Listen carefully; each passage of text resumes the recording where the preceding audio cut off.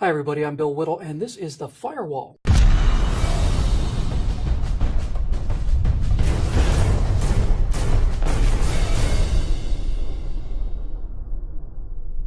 You know how it is on Facebook. Every now and then, a friend pops up who you haven't seen in a long time. I had one of those friend pops just the other day, and so I went to her page to see how she's doing, and it's just fine and nothing new. But she did have one of those interminable political pictures, though, and while I've seen a few that were really dumb, this one was in fact in line for the prize. And I about let it go, because otherwise you'll go mad, when I realized it was a share from a Facebook page called Being Liberal, which has over 1 million followers. So here's what Being Liberal proudly posted as a nugget of liberal political wisdom. It says, when all the trees are cut down, when all the animals are dead, when all the waters are poisoned, when all the air is unsafe to breathe, only then will you discover you cannot eat money.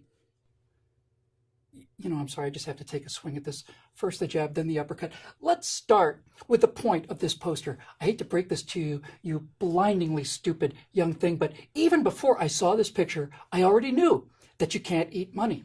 I learned this not through a program of nonviolent resistance to the corporate death machine, but rather through trial and error at age 2. By the time I was 2, I had experimentally determined that you cannot, in fact, eat money, and thus was prepared to delve deeper into economics. But I am glad to see that you have achieved mastery of the fundamental concept. You know, if you keep at it, you may discover at age 85 or so at this rate, that while you cannot eat money, you can use money to buy food. Now, that money could be pretty seashells or shiny pebbles, gold, paper, binary digits, or cigarettes, but as long as there's money, it is useful in order to buy food in a way that not having money is not useful. I'll note in passing that not only are the trees not being cut down, but there are in fact more forest areas in the United States today than there were 100 years ago. In fact, there may be more today than before the Europeans arrived in the first place. And the animals are not all dead. I saw an animal on the way to work today. Like the forests where they live, there have never been more deer in America, and the buffalo, nearly wiped out a century ago, are back in numbers that make buffalo burgers routinely available and damn delicious as well. The waters are not poisoned. They used to be. The Cuyahoga River caught fire at least 13 times between 1868 and 1969, but the last time that happened was 45 years ago.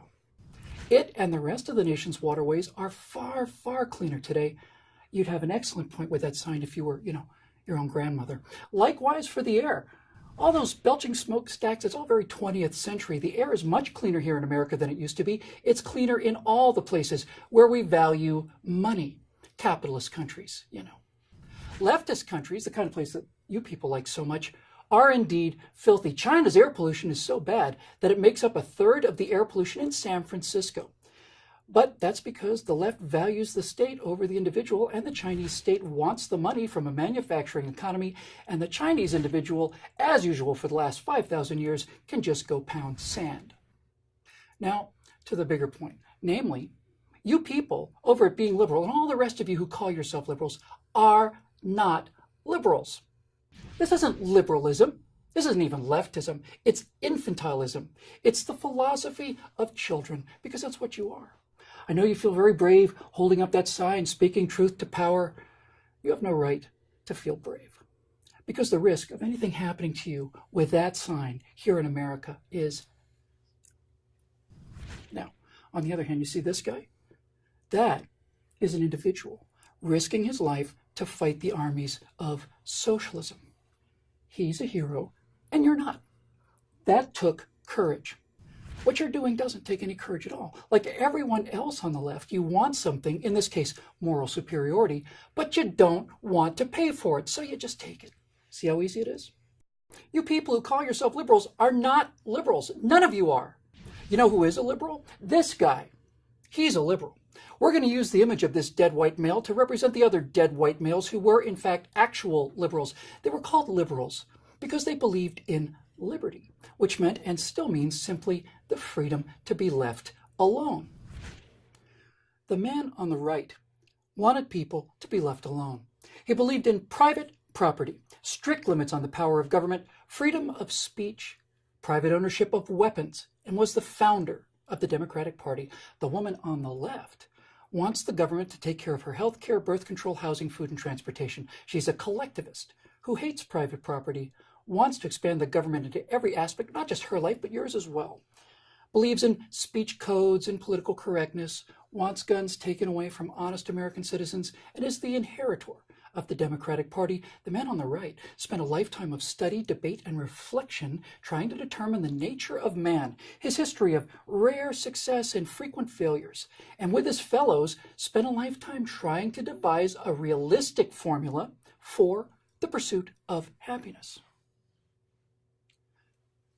The woman on the left likely doesn't know who the man on the right is.